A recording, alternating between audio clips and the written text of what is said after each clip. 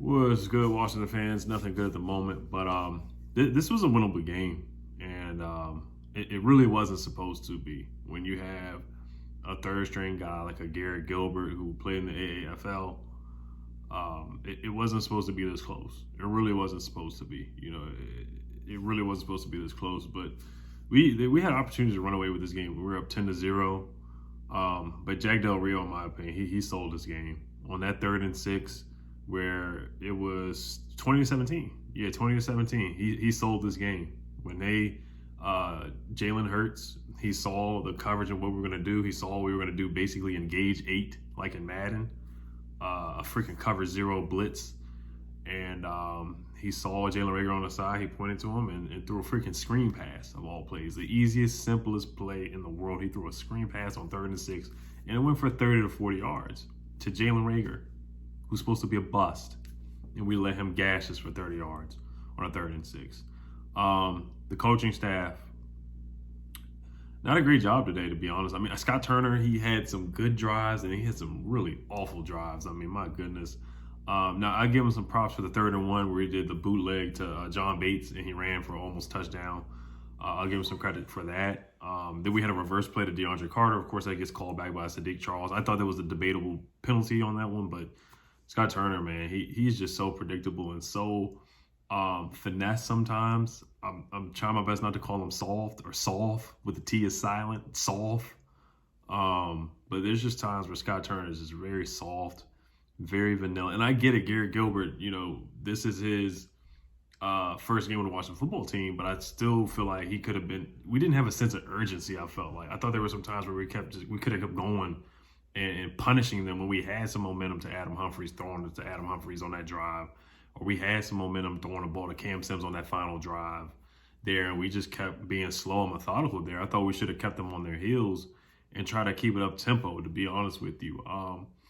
So that's just where I disagree with Scott Turner. There were some couple runs up the gut that were just super, super predictable. Running it out of the shotgun on 3rd and 1, super predictable, or 2nd down, super predictable with Antonio Gibson. The Eagles, they just knew it was coming, and they did a good job stopping the run. I got to give their D-line their props. They did a good job stopping the run. Everybody knows our identity. They know we want to run the football. We know if we don't run the football, we're going to drop Garrett Gilbert back 30 times, 30 to 35 times, and he's going to have to beat us. And that's what they did. Jalen Hurts, he knows his role. He knows what he's good at. He knows what he's not good at, and he did a great job of it. That's why I said I like Jalen Hurts way better than Daniel Jones. I would take him over Daniel Jones any day of the week. And I said that last season. And I only saw Jalen Hurts play 4 games. I said that last year. I was like, I'll take Jalen Hurts over Daniel Jones any day of the week because he's not silly like Daniel Jones. He doesn't make foolish mistakes like Daniel Jones. He's not a mistake repeater. He makes one mistake. Sirianni yelled at him in his face, and he made better plays. So I tip my cap to Jalen Hurts. I thought he had a good game. Was it against 3rd string, 4th string DBs? We missed Cam Curl tonight. Jeremy Reeves, he tried, but he got mossed by Dallas Goedert. You just got to knock the ball down on that one. When you got a 6'5" guy going up against you and Jeremy Reeves, you're 6'1" or 6 feet, Dallas Goedert is going to win that matchup every time. He's going to take the ball from you. So you just got to have awareness and just knock the football down on that. I know he wanted to get the interception, and it was right there, but you just got to knock the football down. I think if he could have knocked the football down, we would have been fine. I got to stop there. But we missed Cam Curl. Landon Collins was balling in the first half. Got the scoop and not a scoop and score, but honestly, the refs killed us too. I'm not gonna blame the refs. I'm really not. I'm not gonna. There was an offsides. I don't know what number he was. Number 58 jumped offsides, and it was a 3rd and 2. That was inexcusable. That was just terrible. He was clearly offside. He was offsides by about 3 or 4 yards, and they did not call that. Just a frustrating game. Like I said, I didn't have my hopes up because it's Garrett Gilbert. So. Did I really think we're going to go out there and really take the game away, win the game with Garrett Gilbert as a starting quarterback? I'm not going to lie to you and say, yeah, I was 100% confident we were going to do that. But just looking at the game, it was a winnable game. Mark Sanchez was the commentator. He was awful. I barely listened to him. He was awful when he was in Washington. He was awful when he was in Philly. So there's no need for me to listen to him. This kind of did give me vibes of that Monday Night Football game where he did come in for relief for Colt McCoy when he got injured and he just stunk it up and we lost that game. Adrian Peterson kept us in the game. But Garrett Gilbert, I thought he played hard for what he could do. He got lucky on a screen pass, which could have been interception by Rodney McLeod, but Rodney McLeod dropped the interception. There were some times where he was skittish in the pocket, where Ricky Seals-Jones was wide open and he just threw the ball all the way over to Ricky Seals. Ricky Seals had to put his hand out and he missed it.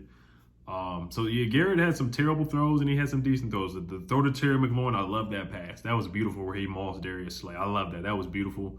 That was one of the play calls by Scott Turner that I did like, where Scott Turner was aggressive and he let his what's hang, and he was being aggressive out there. When we were doing that, that's when we were being aggressive. We were putting our foots on their neck. And then about Daniel Snyder bringing the benches to Philly, I couldn't care less about that. I know people are gonna bring that up. I couldn't care less. I couldn't care less about that. I really couldn't.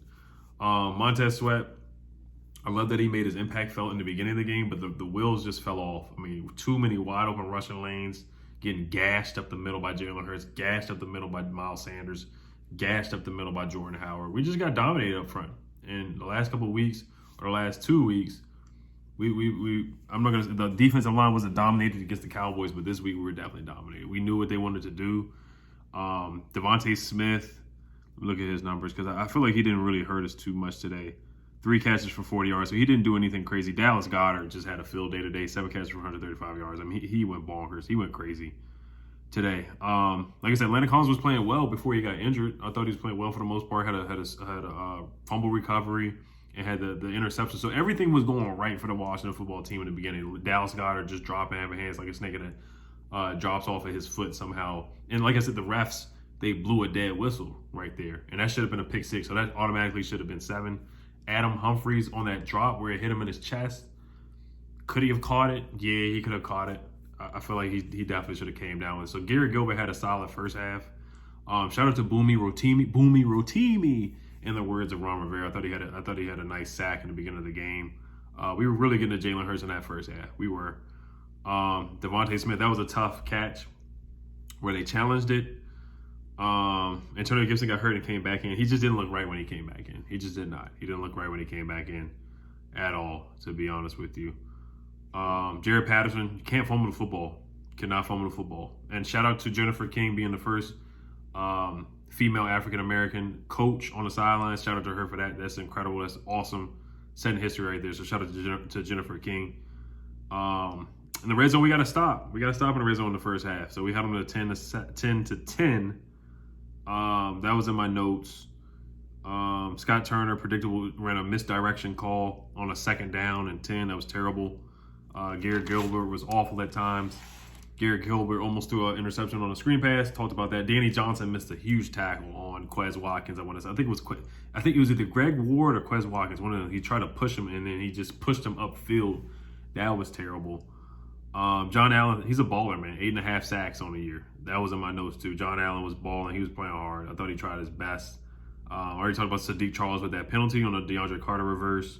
I talked about the play action to John Bates and the screen pass to Jalen Raker on 3rd and 6. And then on the 2 more plays, what's his name? Jalen Hurts runs to the outside and throws a pass to Greg Ward for a touchdown. So that was a tough pass. Threaded the needle on that. That's a tough pass. It's a tough pass. Gotta give him props for that. But like I said, we got Darryl Roberts out there, Cornelius Elder. It was so bad to the point where Troy Apke almost had to play. That's how decimated we were at the cornerback spot. William Jackson being injured, that really hurt us bad. Kendall Fuller, of course, being out with the virus. But we do get the Eagles in 2 weeks in FedEx Field. And, I know people are going to say they want to tank and get the quarterback, Kenny Pickett, Matt Corral, Desmond Ridder, Malik Willis, whoever. Honestly, I do want to be the Eagles, though. I do want to win that game for pride. I don't care about draft capital now. We just got to be the Eagles. After all this crying and whatnot they were doing, we got to at least beat them one time. We got to beat them at least one time. And we cannot lose to the Giants with Jake Fromm and Mike Glyndon. So I'm sorry.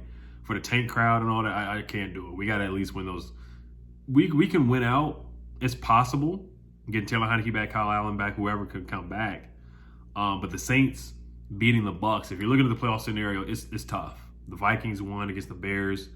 The Saints won. The Niners won. We basically had the worst case scenario to happen to us this weekend. It was like the worst. J.D. McKissick on injured reserve.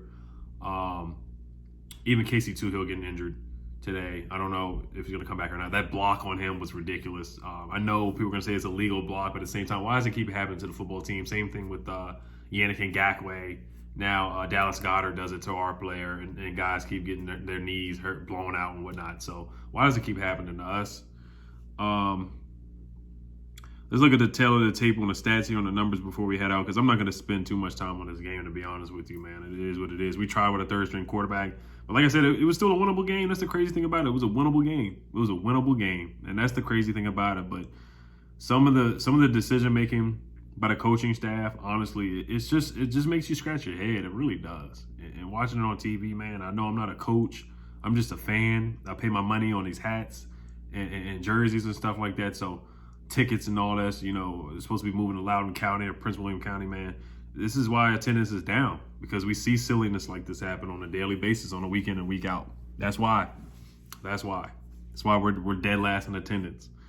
Third down efficiency 6 for 13. I mean, Garrett Gilbert, he tried to do as much as he could. Now, the one thing that did piss me off with Garrett Gilbert was when he was holding the ball and somebody wrapped him up, and he could have just threw it at the floor or threw it out of bounds, but he hung on to it and took the sack. That was one of the worst plays by Garrett Gilbert I've ever seen. That was one of the worst plays I've seen by a quarterback. Also, he got tripped up on third down, and then he threw it to Dax Milne for like a negative 3-yard pass. That was pretty awful as well. Third down defense. The Eagles were 7 for 13. We were 6 for 13 on offense, which is not bad. We've had worse days on offense, and we've given up worse. So we did give up about 55% or 60% on third downs. That's back to the old Washington football team defense. We gave 519 yards. And they show why they're the number one rushing attack. It reminds me of somewhat of the RG3 days when we had Alfred Morris and guys just running all over the place. It was similar to that with Jalen Hurts. They had 281 yards passing. Dallas Goedert had a lot of yards.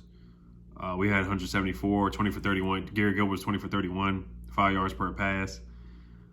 2 sacks allowed. We had 3 sacks. And it came down to rushing yards. We gave up 238 yards on the ground, man. We gave up no resistance. Our defensive line did get bullied today. They got bullied. We had 63 yards on the ground. We weren't able to run the football. We weren't able to control the clock. Our MO was controlling the clock, playing keep away, and they played our game. We're two similar teams in a sense of we both want to run the football. We both want to control the clock. We want to win the game in the trenches with our defensive lines and our offensive lines. So we both got to the position where we are, where we've had a hot streak in the past couple. We went on our 4-game win streak. They won 4 out of 5 or 6 games or something like that. We both did that with the same formula: controlling the clock, controlling time of possession, running the football, and stopping people from running the football. Like I said, 63 rushing yards. They had 238. We had 0 turnovers. We won the turnover battle. We still lost the game. They had 2 turnovers.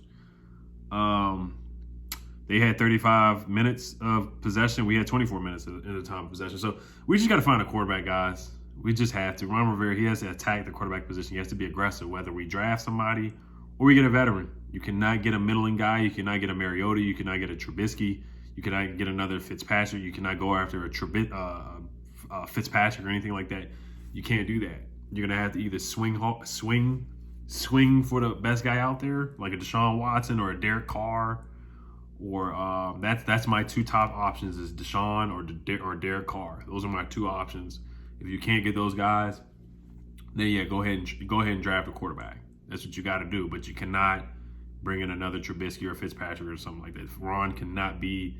I keep not wanting to say the word soft, but he has to be aggressive. He cannot be timid and say, I don't want to mortgage the future. We just don't have time for that. We got to get the ball rolling on this quarterback thing, because we're going to be in purgatory over and over and over again, hoping that we can win the NFC East at 8-8 or 7-9 or 7-10 or 8-9 or whatever. It's not going to happen like that every year.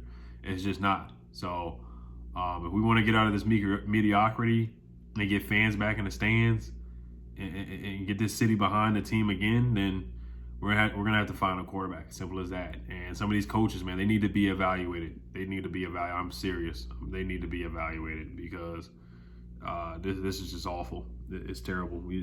That 3rd and 6 was awful, man. That was so bad. I just couldn't take it. I was pissed. I really was. I was pissed off. But like I said, I mean, Jalen Hurts is a gamer, man. He is. He's a gamer. He's not great at passing the football, but he does what he needs to do.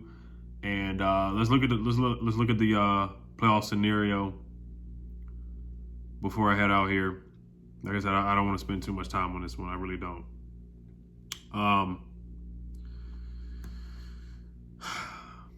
New Orleans is ahead of us. Philly's ahead of us at 8. Philly might not even make the playoffs. That's how tough the wild card race is right now. The Vikings with Kirk Cousins. Look at their remaining schedule. They play the Rams, so the Vikings will probably. Oh, damn, the Vikings they're gonna lose to the Packers and the Rams. So actually, you know what? I mean, we really kind of do have a chance. We really do. That's the crazy thing about it, man. But it's week by week.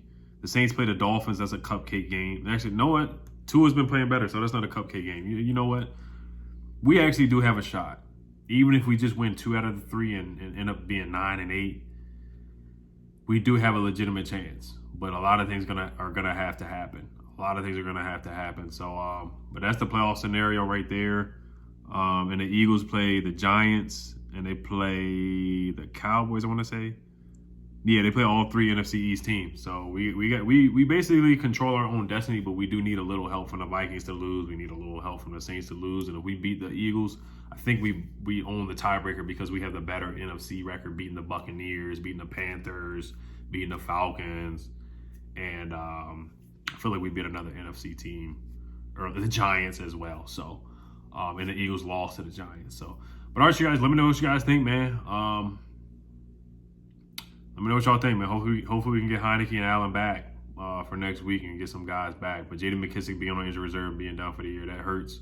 Logan Thomas being out, that hurts. But can't make excuses. Next man up. So, John Bates played well. I like what I saw from him. Adam Humphries, I like what I saw from him a little bit. Terry McLaurin, he just needs a quarterback. I feel bad for the guy. I really do. This is what his 10th quarterback. Colt McCoy, Dwayne Haskins, Alex Smith. Who else? Kyle Allen, Taylor Heineke, Garrett Gilbert. That's 6, 7 right there, right? Case Keenum. It's ridiculous, man. I feel bad for the guy. I really do. I feel bad for the man. But all right, y'all. Hell to the football team. Peace.